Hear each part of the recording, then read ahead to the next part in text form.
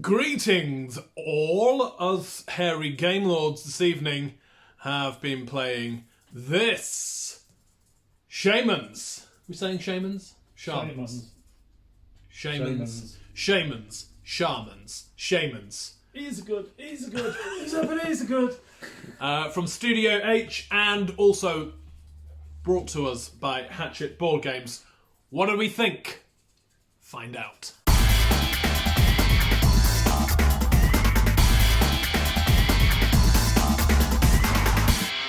Bearded Lady here, and I have to say I absolutely love this game. It's for players 3 to 5. Look at that beautiful board. Oh, so nice. With the like metallic shimmer and shine on there. The artwork is somewhat stylized on the cards, but hey, guess what? I like it. So you've got a whole load of cards here. Look at that. Ooh, look at all those. And so what I like is this is sort of like the first one for this location.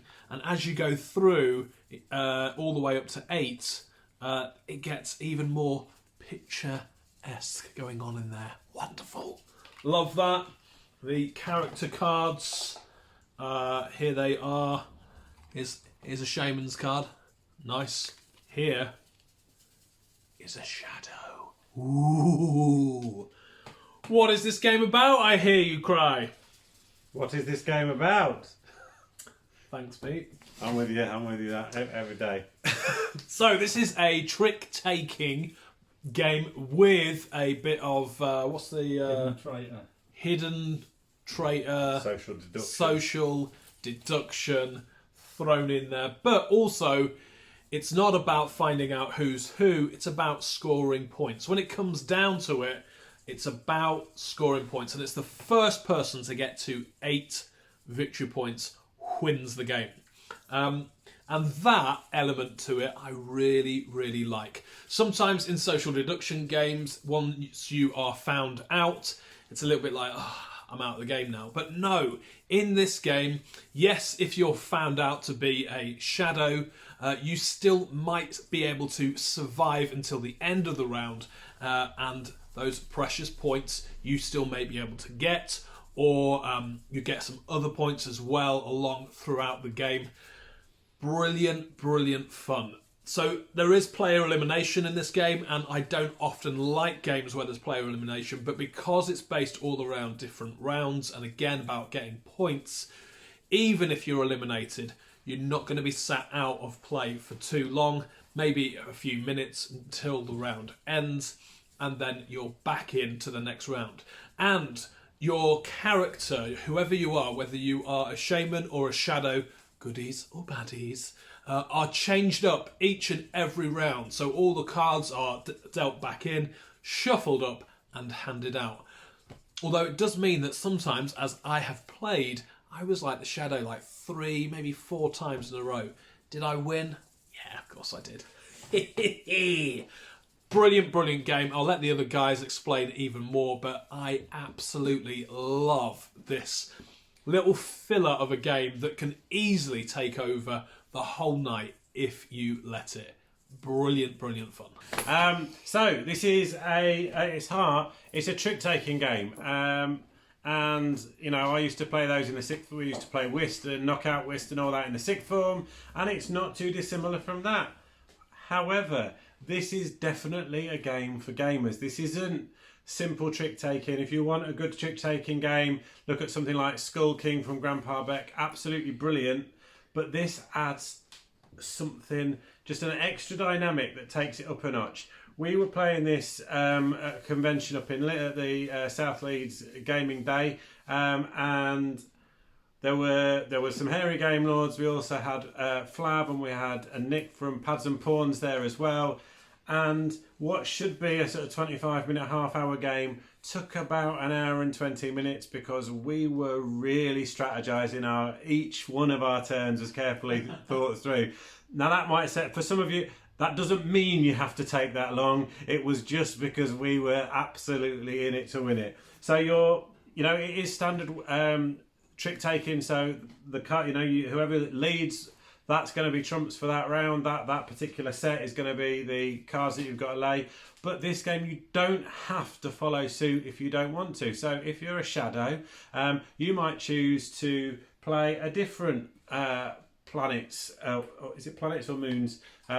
Planets card, or a different suit down, because basically every time a suit that is not from the particular trick that's being laid is placed, you're going to move the counter from this end down to this end. The shadows are trying to get the counter all the way down to the bottom. If they do that, there's only 2 of them. They're going to score 3 points. If the shamans, who are in the majority, if they're able to prevent the counter getting down to the end there, they're going to get 2 points each for those that are still alive. So you've got this kind of game of cat and mouse trying to, if you're the shadow, you're trying to cause a few problems, but at the same time, you're obviously not wanting to get yourself caught out, because one of the things that you're able to do with a few of the tokens that you're going to pick up is you're going to be able to have a pop using one of these swords and take somebody out. So if everybody knows you're the shaman,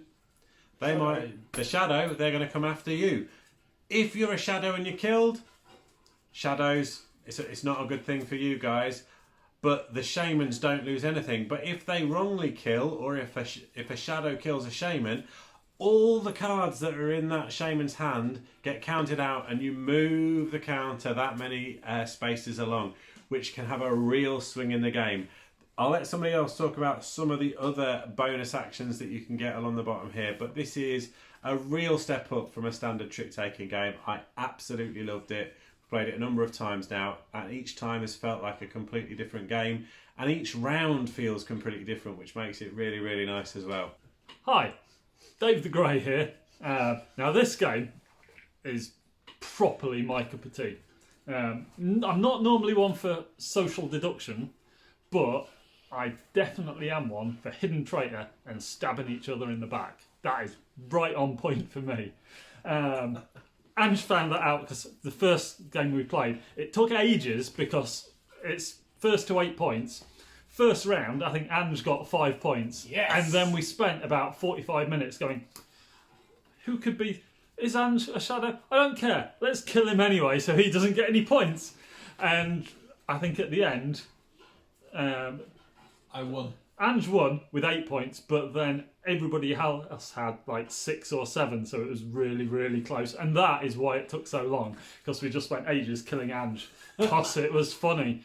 But I digress. So, a couple of key things, as Pete says, it's trick-taking. You don't have to follow suit, but if you don't follow suit, the shadows get an advantage. There's a few other twists to it. So if you play the lowest score, the highest obviously gets to play the suit of their choice next turn, but the lowest score gets a token. So sometimes you want to play those really low cards, so you get these bad boys, and they do a few different things that are quite important for the game. So the easy one is you collect 2 of those, you get a point. Happy days. 2 points. 2 points, even better. 2 of those, you get 2 points. Even better than that. This lad here lets you move the counter up or down. Now, obviously, depending on which one you choose, people might be able to guess if you're a shadow, or you could throw them off the track by pretending to be a good guy. Oh, yes. Dave move. Oh, yes.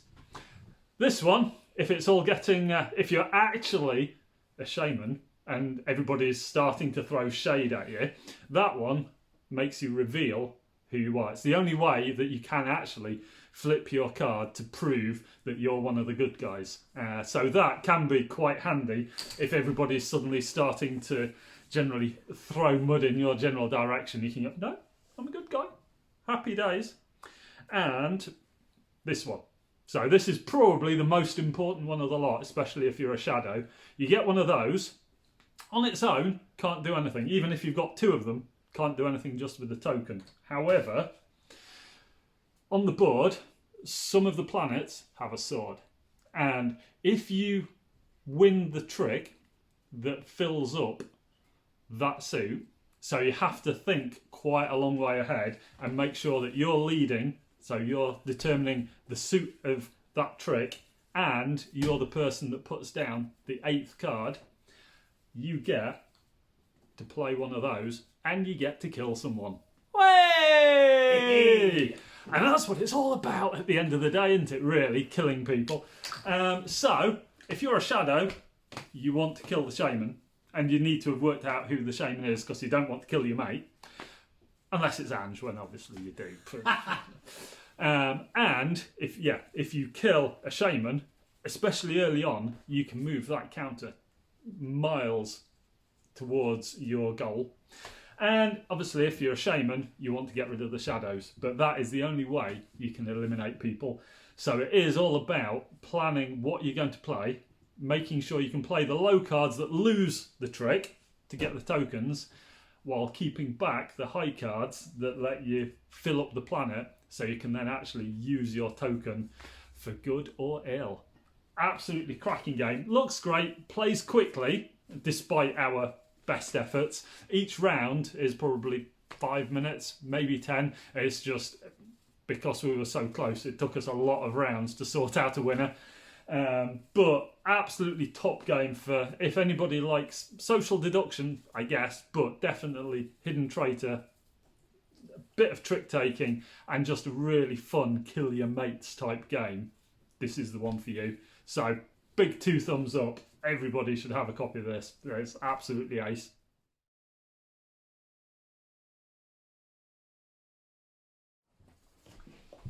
Somebody could talk about the trick taking. Bitches. Yeah. I was just about to say, Bitches.